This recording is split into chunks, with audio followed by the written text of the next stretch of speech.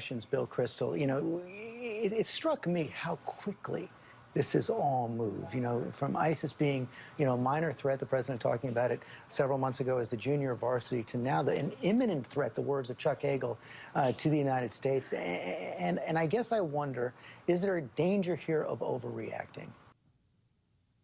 All right, folks, welcome back. Malzberg panel part 2, Seton Motley and Kevin Jackson. Let me ask you, Seton, where did Stephanopoulos get this in the face of everything we've seen?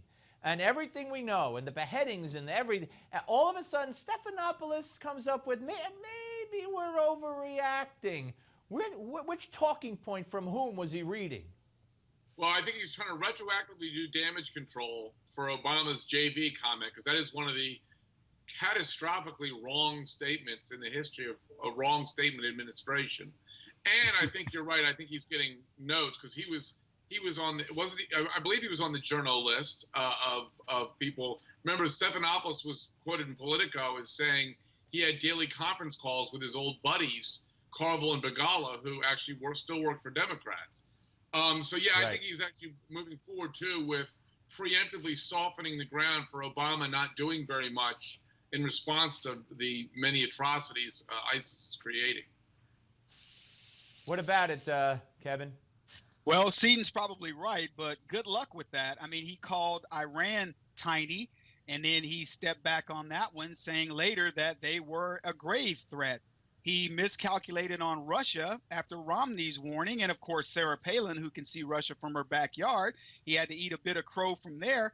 And then we've got this latest, the JV revelation, and now suddenly everybody in the security that has anything to do with security of the United States is talking about this is probably the most well-financed and well-armed terrorist organization in the history of man. So good luck with that. I mean, everything Obama does has to ultimately be stepped back because we have an idiot in the White House. And everybody wanted to believe that he was the brightest guy in the room, and he frankly is not. And we're starting to see that. And yes, the media is going to kind of run to his aid to a point. But you can't keep coming to the aid of somebody that keeps giving us ammunition that we're not even asking for. Look, he can stop. We've got enough ammunition to do away with this guy. Seton, final word from you. Yeah, well, I think there's a huge chasm that the American people understand that the D.C. circuit does not, and that is there's a huge difference between taking out the bad guys and trying to play in search of the next George Washington and do nation-state building in the Middle East. I think we can do a lot of damage by helping the people on the ground there defend their property, defend their lives, and not have to put 900,000 troops in there and doing absolutely nothing, which is, Obama seems to draw that contrast where it's all and everything or nothing. And there's a lot of middle ground there where a lot can be done with very minimal effort on our part, and he doesn't even want to do that. Right. All right, gentlemen, Kevin Jackson, Seton Motley, thank you both. Always great to talk to you. Appreciate it. Thank you, guys. Kevin has the earphones back on because he's back home. We'll be back with a columnist for the UK Daily Telegraph, Tom Rogan, after the break. But first, let's take a look at the Clara Barton National Historic Site, and that would be in Maryland.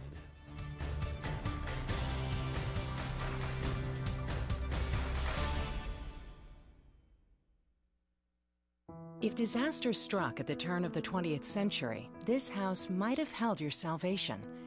Perched on a hill above the Potomac River in Glen Echo, Maryland, it's the first National Historic Site dedicated to the accomplishments of a woman, Clara Barton. The home has been described as warehouse-like, hospital-like, hotel-like, sanctuary-like, and that's exactly what Clara Barton intended. Enter the front parlor and you'll see a familiar symbol. Barton founded the American Red Cross. Her home was its headquarters, starting in 1897. In fact, the boards on the Clara Barton home came from Red Cross shelters during the Johnstown, Pennsylvania floods of 1889. After the structures were disassembled, they were shipped here. Though the house is about the size of a riverboat, every inch was put to use. Red Cross offices are on the first floor. Barton's residence is on the second floor, along with rooms to house volunteers. A pulley out the third floor window lowered emergency supplies to horse-drawn wagons below. They would travel down the road to Washington, D.C., where they would be loaded on rail cars. Parlors were places Red Cross volunteers would unwind after a busy day, and closets are everywhere, filled with precious supplies and first aid. Barton built the Red Cross, using what she learned as a nurse at war. During the Civil War, she gained fame setting up field hospitals to tend to the wounded at battles like Bull Run and Antietam, work which earned her the nickname Angel of the Battlefield. She wrote of the need for the American Red Cross. Philanthropy has been grafted onto the wild and savage stem of war. Clara never married. Her life was dedicated to helping those in need during wars and natural disasters like tornadoes, earthquakes, and hurricanes. Wherever there was suffering, Barton intended to lend the hand of God, all from within these walls. I'm Lucy Celia, and this is An American Place on Newsmax TV.